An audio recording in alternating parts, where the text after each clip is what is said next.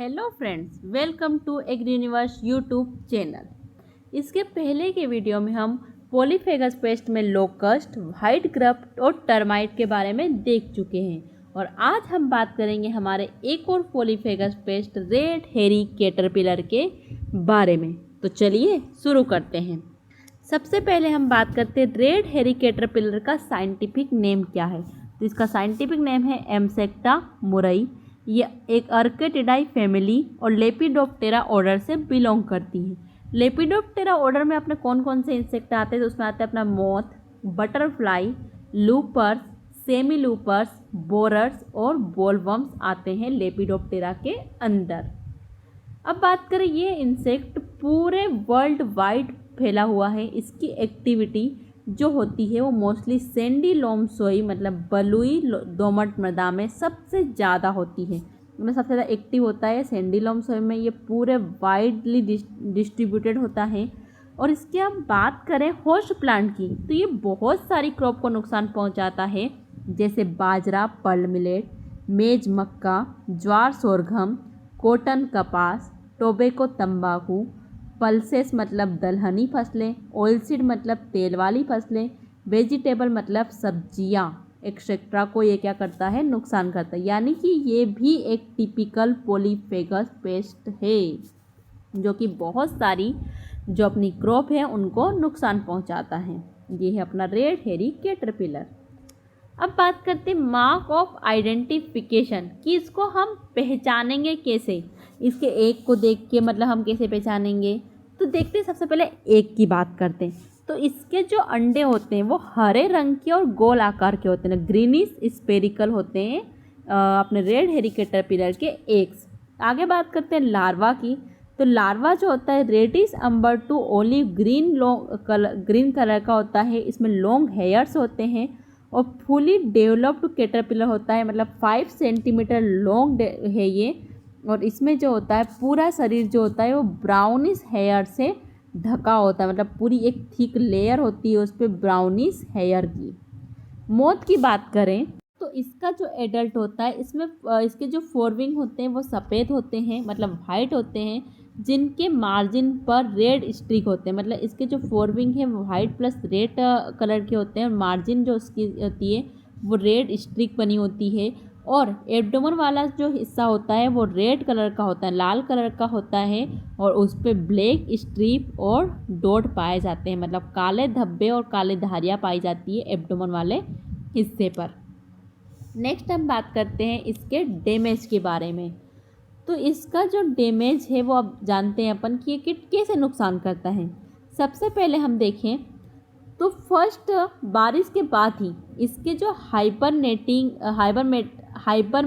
Pupa होते हैं वो ज़मीन से बाहर निकलते हैं। हाइबरनेटिंग मतलब क्या, जो अंडरग्राउंड होते हैं, ज़मीन के नीचे छिपे होते हैं, वो पहली बारिश के टाइम पे क्या होते हैं, ज़मीन के बाहर निकलते हैं, एडल्ट मोथ में कन्वर्ट होते हैं और क्या करते हैं, ये लार्वा सबसे पहले हेजेस मतलब जो झाड़ियों के पीछे क्या होते हैं, झाड़ियों के वीड प्लांट जो होते हैं उनको फीड करते हैं, मतलब झाड़ियों में छिपे होते हैं वहाँ पे जो वीड प्लांट है उनको फीड करते हैं। उसके बाद क्या करते हैं, मेन क्रॉप पर चले जाते हैं। मतलब सबसे पहले क्या होता है, बारिश जब पहली बारिश होगी तब ये क्या होंगे, ज़मीन से ऊपर आने लगते हैं धीरे धीरे। उसके बाद जो हेजेस होती है, झाड़ियाँ होती हैं, उनमें छिपकर वहाँ के जो वीड वगैरह होते हैं उनको खाते हैं। उसके बाद मेन क्रॉप पर ये क्या करते हैं, अटैक करते हैं और पूरे के पूरे पौधे को ख़त्म कर देते हैं। और अब अगर इसी ड्यूरेशन में बारिश रुक जाती है, अगर बारिश रुक गई है, ड्राई स्पेल हो गया है, तो इनका जो इन्फेस्टेशन है, इनका जो अटैक है और ज़्यादा इंक्रीज़ हो जाता है। मतलब बारिश हो रही है और एकदम से अगर बारिश रुक गई है, ड्राई स्पेल आ गया, तो इनका अटैक और ज़्यादा बढ़ जाएगा, ना कि कम होगा। और एक और ख़ास बात है कि जिन खेतों में ग्रीन मैन्योर का यूज़ किया जाता है, जैसे सनहेम्प डाली गई हो, तो वहाँ तो ये और तेज़ी से फैलती है, क्योंकि जो सनहेम्प है इनका फेवरेट फूड है, मोस्ट प्रिफर्ड होस्ट है रेड हेरी कैटरपिलर का सनहेम्प। तो वहाँ पर बहुत अटैक करते हैं। लास्ट हम देखते हैं कि फिर ये क्या करते हैं, ये क्या करते हैं, वहाँ पर मतलब बहुत ज़्यादा डेंजरस हो जाते हैं, बहुत ज़्यादा खतरा करते हैं। और जैसे जैसे कैटरपिलर बड़े होते जाते हैं और डेंजरस होते हैं। और फिर ये क्या करते हैं, वापस हेजेस में चले जाते हैं, मतलब फील्ड से निकलकर वापस कहाँ जाएंगे, बैक टू हेजेस, एंड वहीं क्या करते हैं ये प्यूपेशन के लिए वापस नेक्स्ट ईयर तक वापस क्या करते हैं, अंदर सोइल में चले जाएंगे और सोइल में ही छुपे रहते हैं नेक्स्ट मानसून तक। From August to next monsoon तक ये वहीं पर छिपे रहते हैं। जैसे ही वापस बारिश होगी वापस बाहर आएंगे और वापस वैसे ही प्रोसेस रहेगी, हेजेस में छुपेंगे, हेजेस से निकल के पूरी फील्ड क्रॉप में जाएंगे, फील्ड क्रॉप में जाकर ये पूरा डैमेज करेंगे और जहाँ पे ग्रीन मैन्योर वाली क्रॉप रहेगी वहाँ पर ज़्यादा डैमेज करते हैं। वापस से ये क्या करते हैं, हेजेस में चले जाते हैं और वहीं पे जाकर प्यूपेशन करते हैं और वापस मानसून के टाइम पे बाहर आ जाते हैं। ये प्रोसेस चलती रहती, इसी प्रकार से ये डैमेज करते हैं। अब बात करते हैं कि कंट्रोल मेजर्स की, मतलब इनको कंट्रोल कैसे कर सकते हैं। तो इनको कंट्रोल करने के लिए मेन है समर में अपने को डीप प्लोइंग करना चाहिए। वही अपन ने टर्माइट के लिए भी करी थी, समर में डीप प्लोइंग करेंगे ताकि सोइल में छिपे हुए इनके जितने भी प्यूपा हैं सभी डिस्ट्रॉय हो जाए और हेजेस जो अपनी झाड़ियाँ हैं झाड़ियों को भी क्या करना चाहिए, साफ करना चाहिए। बारिश के बाद क्या करना चाहिए, लाइट ट्रैप को लगा देना चाहिए। लाइट ट्रैप में भी खासकर यूवी ट्रैप रात को 8 से 12 बजे के बीच में अपने को 1 हेक्टेयर वो यूवी ट्रैप लाइट ट्रैप को लगाना चाहिए। और ये 1 हेक्टेयर के लिए 1 ट्रैप काफ़ी होता है, मतलब 1 हेक्टेयर के लिए 1 ट्रैप काफ़ी होता है। ये लाइट ट्रैप अपने को लगाना चाहिए 8 से 12 बजे के बीच में नाइट के टाइम पे इनको अट्रैक्ट करने के लिए। इसके हम देखते हैं जो भी हमारे एग हैं, एग के जो भी गुच्छे हैं उनके मासेस हैं और जितने भी हमारे लार्वा हैं सभी को क्या करना, कलेक्ट करना चाहिए। कलेक्ट करके पूरा उनको डिस्ट्रॉय करना चाहिए।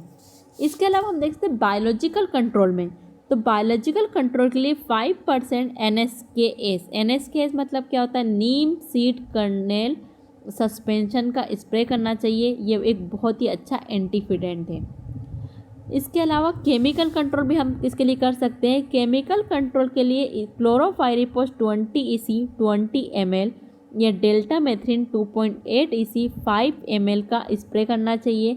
हेज और क्रॉप की बॉर्डर पर क्विनोलफॉस 1.5% भी अपन डाल सकते हैं। हेजेस जो अपनी झाड़ियाँ हैं और बॉर्डर है उन पे अपन क्विनोलफॉस डाल सकते हैं।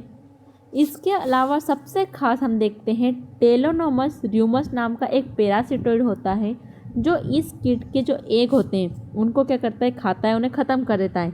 मीन्स ये एक बायोलॉजिकल कंट्रोल एजेंट है जो नेचुरली इनकी पॉपुलेशन को कंट्रोल कर सकता है। तो अपन सबसे पहले देखते हैं रेड हेरी कैटरपिलर को कंट्रोल करने के लिए अपने क्या करना चाहिए। देख तो समर में डिप्लॉइंग करना चाहिए। दूसरी अपनी जितनी भी झाड़ियाँ हैं, क्योंकि सबसे पहले तो वहीं पे जाके अटैक करेगा, जितनी भी है जैसे जितनी भी झाड़ियाँ उन सभी को अपने को पूरी तरह से साफ़ करना चाहिए। इसके अलावा लाइट ट्रैप का यूज़ करना चाहिए ताकि वहाँ पर अट्रैक्ट हों। और इसके अलावा हम क्या करते हैं, जितने भी एग वगैरह हमें दिखाई दे रहे हैं उन्हें कलेक्ट करना चाहिए, उन्हें डिस्ट्रॉय कर देना चाहिए। बोटनिकली अपने को 5% NSKS जो कि एक एंटीफिडेंट है उसका स्प्रे करना चाहिए, या फिर हम क्लोरोफाइरिपोस का भी स्प्रे कर सकते हैं। क्विनोलफॉस को भी बॉर्डर वगैरह पर डालना चाहिए। और इसके लिए टेलिनोमस र्यूमस नाम के पैरासिटोइड को भी अपन यूज़ कर सकते हैं रेड हेरी कैटरपिलर को कंट्रोल करने के लिए। तो दोस्तों ये था हमारा आज का टॉपिक रेड हेरी कैटरपिलर। उम्मीद है आपको ये अच्छे समझ में आया होगा और यहीं पे हमारे सभी पॉलीफेगस पेस्ट कंप्लीट होते हैं। अगर आपको वीडियो अच्छा लगा हो तो लाइक ज़रूर करें और अपने दोस्तों के साथ इसे शेयर करें। मिलते हैं नेक्स्ट वीडियो में, तब तक के लिए थैंक यू।